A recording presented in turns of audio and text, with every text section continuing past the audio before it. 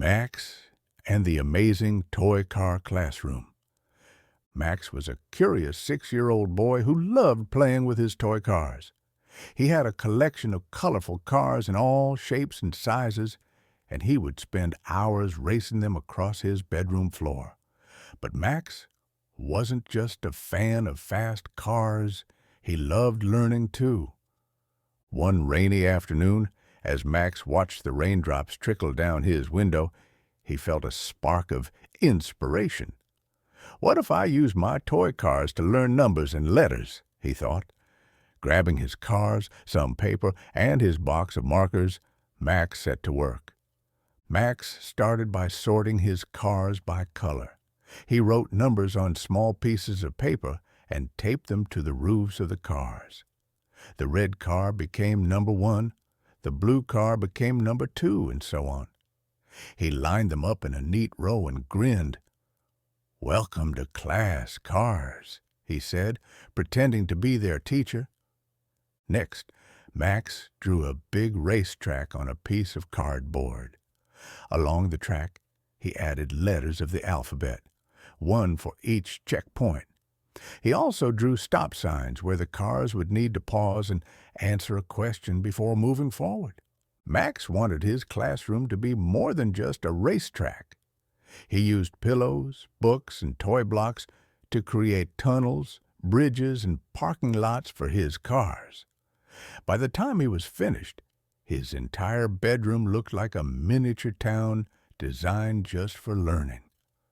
Max started the first game by calling out numbers. "Car number 3, it's your turn," he said, pushing the green car onto the track.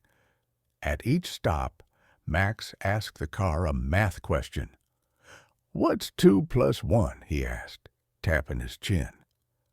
After a moment of thought, Max replied for the car. 3. "That's correct. Good job, car number 3.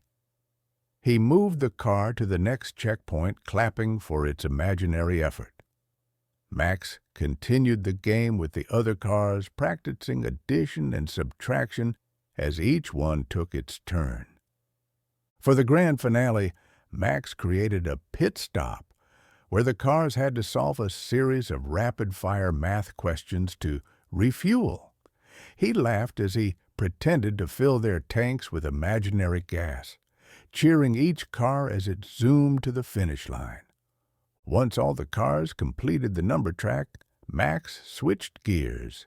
He wrote letters on small pieces of paper and taped them to the front of each car. "Now, let's learn the alphabet," he announced. As the cars drove around the track, they stopped at letter checkpoints. Max pointed to the letter and said, "Car A, can you find something in the room that starts with the letter A?" He looked around and found an apple on his desk. "Good job, car A," he cheered. The game continued with the other letters. For B, Max found a book. For C, he grabbed a crayon. By the end of the game, Max's room was filled with items that matched each letter of the alphabet. The cars had visited every checkpoint, and Max felt like a real teacher. Feeling adventurous, Max combined numbers and letters into one big game. He wrote equations and simple words on paper and placed them at different stops on the track. Each car had to solve a math problem or identify a letter before moving forward. When car number 5 stopped at the letter M, Max said, "Find something that starts with M and solve 2 plus 3. Max grabbed a mug from his shelf and shouted, "5! "Great job, car 5, he said, zooming it to the finish line. Max added more obstacles to the game, like small ramps where the cars had to jump over challenges. He pretended the cars were cheering each other on as they raced through the track, solving problems and learning together. Max began giving each car a name and personality.